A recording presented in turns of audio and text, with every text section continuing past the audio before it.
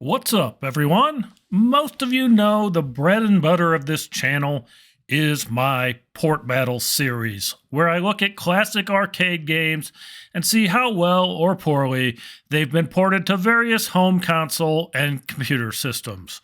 Working on the Congo Bongo video, where there really weren't any stellar ports in my opinion, got me thinking about the worst arcade to home console ports I've come across. Now, this list is subjective and is going to be restricted to games that I have actually played, not games I've read about or watched others play or heard others complain about. There's some low-hanging fruits here, obviously. I could probably make a video of 30 Atari 2600 ports that I thought were terrible. We're going to try to expand beyond that and give you a list of 10 home console and computer ports that I recommend you avoid. Up first, the obvious choice, Pac-Man on the Atari 2600. Everyone is familiar with the famous arcade game released in 1980 by Namco. It was the highest grossing arcade game in Japan in 1980, the highest grossing arcade game in the US in 1981, and gave us a character who is still recognized and beloved today. Atari took one of the most beloved arcade games of all time and forced a lackluster product out the door. There were a lot of bad choices when it came to this release. Atari opted for a 4K cartridge versus an 8K cartridge to keep costs down. As soon as you started the game and heard the screeching of the four-tone introduction music, you knew it was going to be a letdown.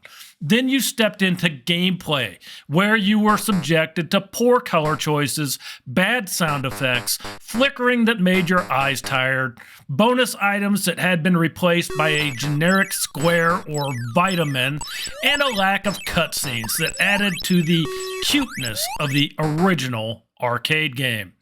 While the game sold like hotcakes, most of it quickly learned that it was a total letdown.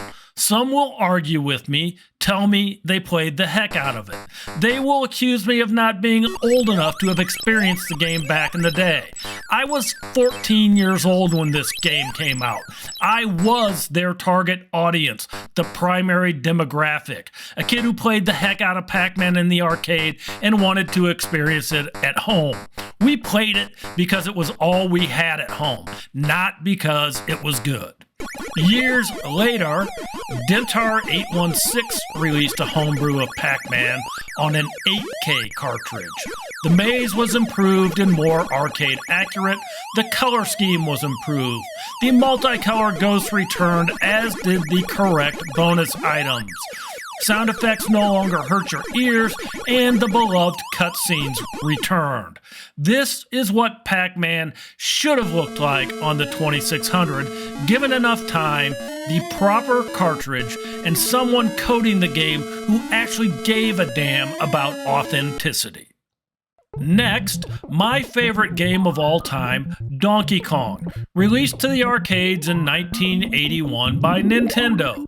Donkey Kong captures, or if you're more sadistic, kidnaps Pauline, who is Jumpman's girlfriend.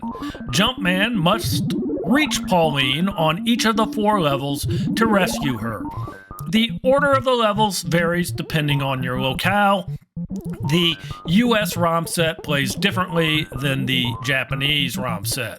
The 4 levels are the barrel level, the rivet level, the elevator level, and the cement factory. That's the US order, in case you didn't know. Coleco secured the rights to release the home console version of Donkey Kong, while Atari, through their AtariSoft brand, secured the rights for the home computer releases of Donkey Kong. This is where the conspiracy theorist in me comes out. I'm a firm believer, still to this day, and you'll never convince me otherwise, that Coleco intentionally made crappy ports for other systems in order to showcase their own ColecoVision, which had the far superior home console version of Donkey Kong. Because of memory limitations, most home console releases of Donkey Kong only contained 2 levels, the barrel level and the rivet level. The Atari 2600 port was awful, I'll give you that. It featured bad graphics, and on the rivet level, the fireballs simply traversed side to side. They never go up or down a ladder. It is, however, not my least favorite port of Donkey Kong. That honor belongs to the Intellivision port. The port looks like it was drawn with a crayon. It has some benefits over the 2600 port, namely the fireballs moving between levels on the rivet stage. However, they omitted an entire floor on that stage. The controls are not very responsive, and the jumping animation is horrendous. I always thought the Intellivision was the superior console when compared to the Atari 2600. In the case of Donkey Kong, not so much. Everyone remembers Dragon's Lair, the classic 1983 Laserdisc arcade game animated by Don Bluth from American Tail and the Secret of NIMH. Dragon's Lair is best defined as an interactive film. You progress through a series of quests to save Princess Daphne. You need to press the appropriate button or joystick direction in order to move to the next scene. It was a true quarter muncher, but a game that kept you coming back for more because it was unlike anything we'd ever seen before. Your quest awaits. Enter Dragon's Lair for the Nintendo Entertainment System, released by Elite in 1990. The box art featured Dirk and Daphne on the front, looking exactly like you remember them from the arcade game.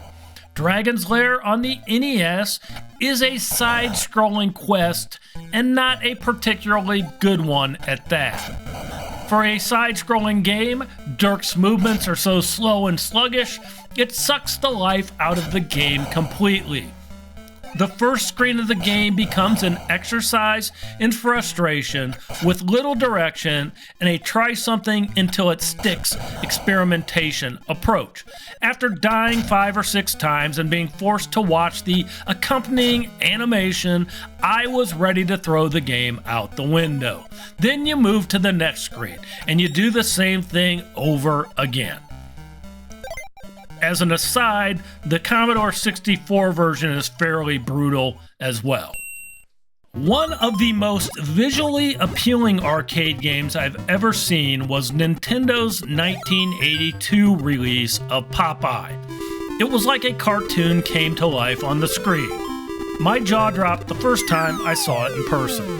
The game features 3 levels: the dock level where Olive Oil throws hearts, the Serenade or street building level where she throws music notes, and the ship level where she throws individual letters spelling help.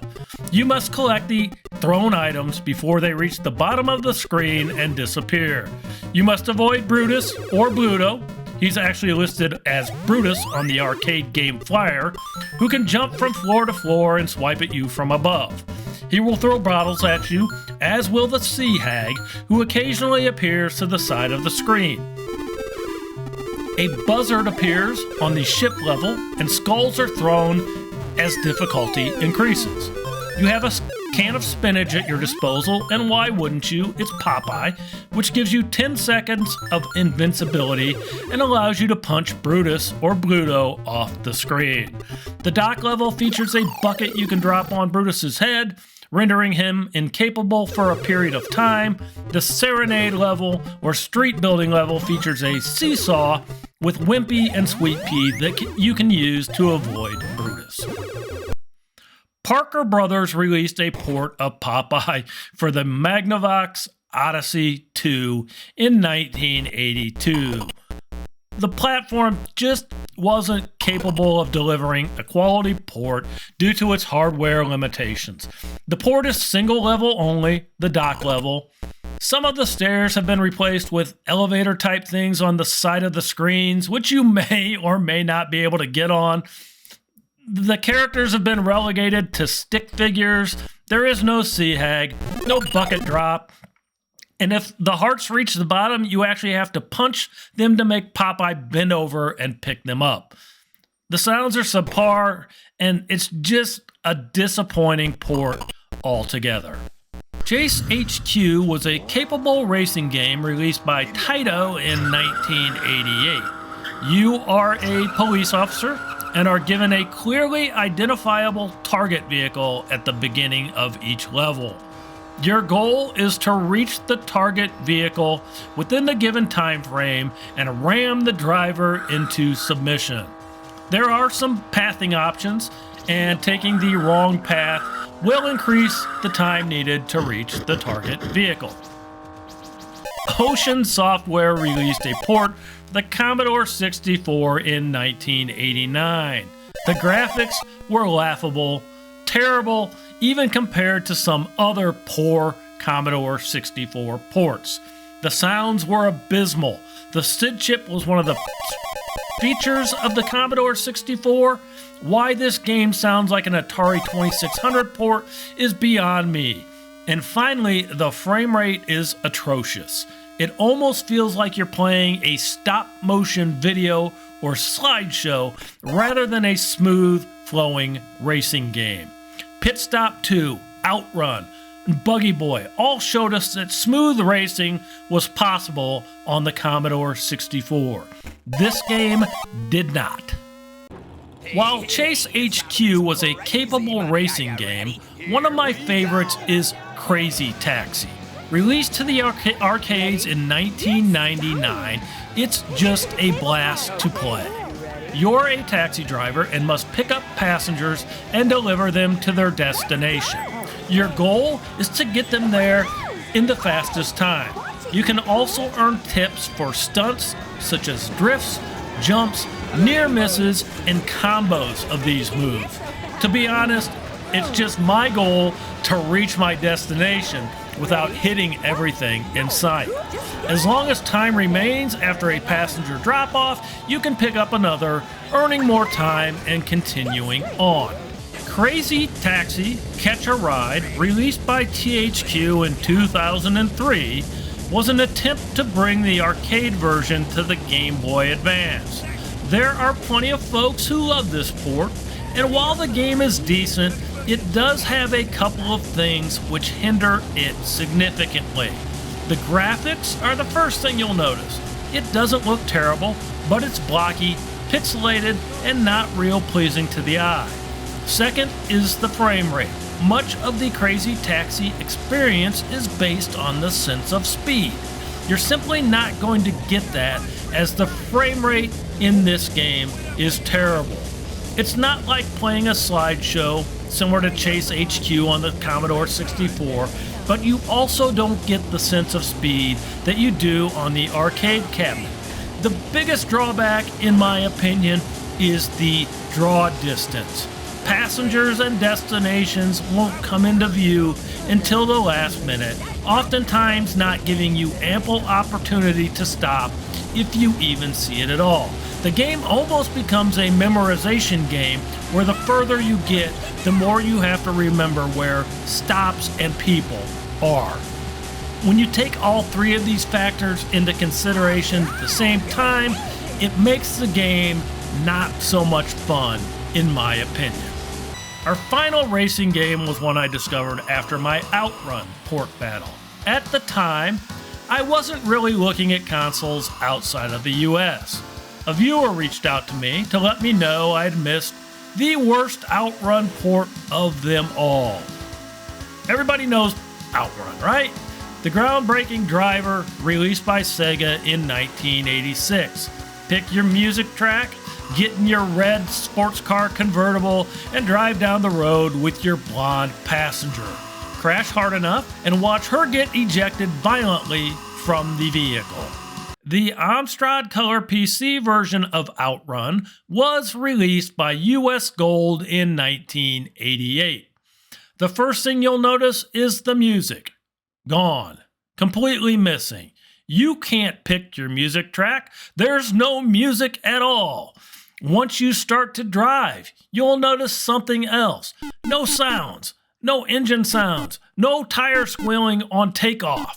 The only sound you'll hear is a beeping noise as you skid around corners occasionally. There's no crash sequence.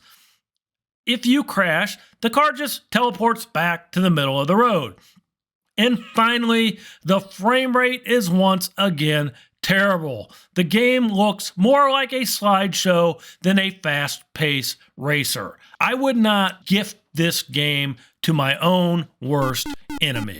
Avoid this one at all costs.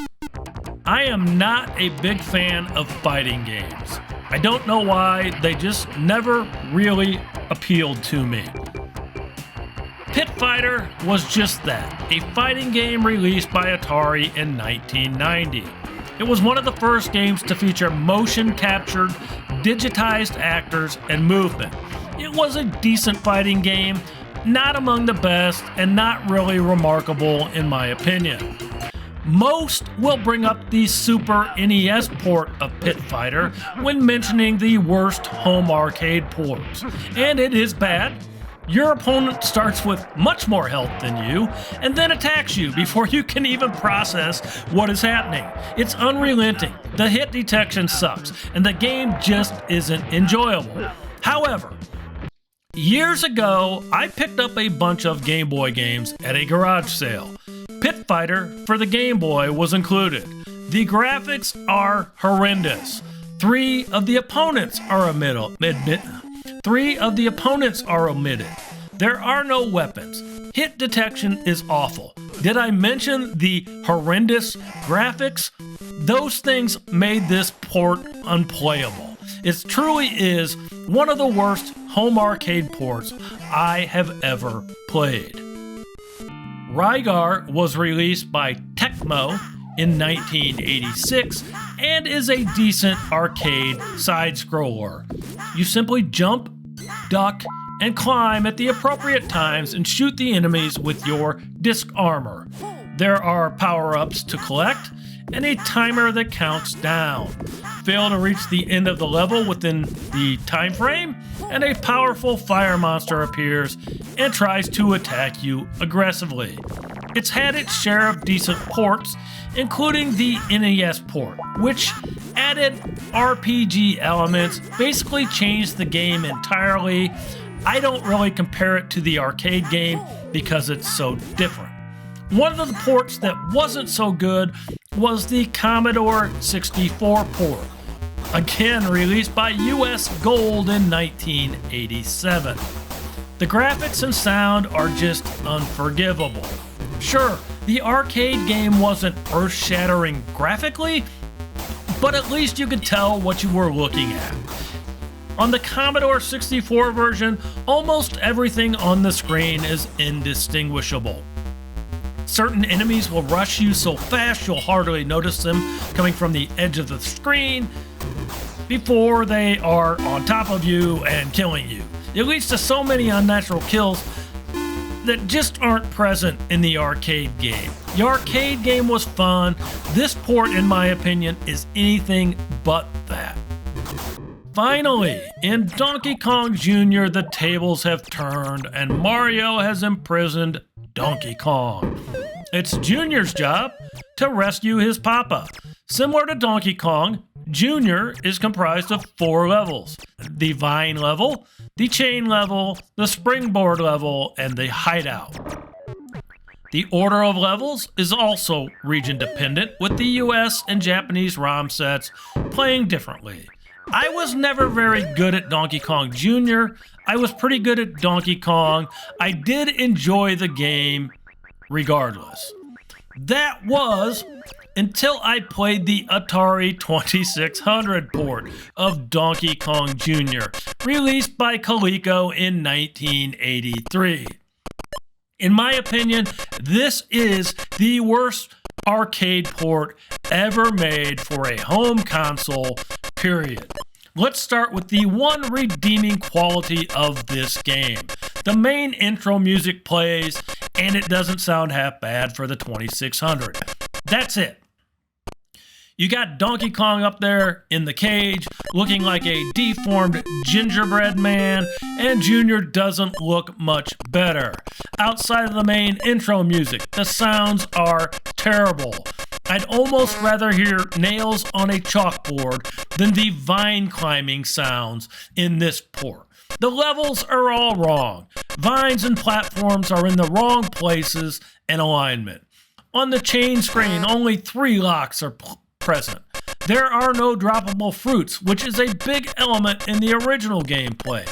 The hit collision detection sucks, especially when trying to jump onto vines or platforms. The springboard level has been omitted entirely, so only 3 of the 4 levels are present. It's just a poor effort all the way around. At least some of the other poor arcade ports are somewhat fun to play. This one is not. So there you have it. My list and my opinion on the worst arcade ports that I have played for home console and computer systems. Some honorable mentions: hard driving for the Commodore 64, which I didn't include because I can't emulate the arcade controls properly. Burger Time for the Atari 2600, Street Fighter II for the Commodore 64 and ZX Spectrum, Ikari Warriors for the Commodore 64, Thunderblade for MS-DOS, where they replace the buildings with giant gray rectangles. Surely no one's going to notice that. Marble Madness for the Game Boy Advance, which actually looks very good, but plays like crap due to a frustrating control scheme. Got a game you think belongs on the list? Think one of my games I rated a little bit harshly? Leave a comment below. If you enjoyed this video and my content, be sure to hit the like button and subscribe to the channel for further content updates. That's it for now. You know the drill. Until next time, happy gaming. Peace.